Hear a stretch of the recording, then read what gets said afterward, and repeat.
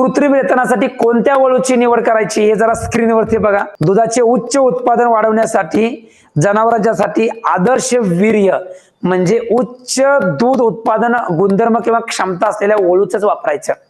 हे वळू सिद्ध असतात, त्यांच्या आया कॅरेक्टरला खतरनाक असतात. पाठीमागच्या 3-3 डॅमचं म्हणजे त्याचं आपण सगळी हिस्ट्री चेक केलेली असते.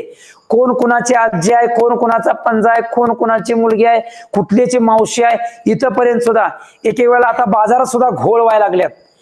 ज्याच्यापासून वळू जन्माला आला तो वळू म्हणजे परत इनब्रीडिंग मध्ये सुद्धा जायची शक्यता बाजारामध्ये जास्त आहेत. ते सुद्धा कंपन्या खबरदारी घ्यायला लागल्यात. एक लक्षात ठेवा, गायीमध्ये आता मी 8 ते 12 टाकलेला आहे. तुम्ही कधी 10,000 लिटरच्या वरचाच गायीला वळू आता सध्या वापरायचा. आणि म्हशीमध्ये 3,500च्या वर सिमेंटची कांडी वापरायची. तुम्ही डॉक्टरांना स्पष्ट सांगायचं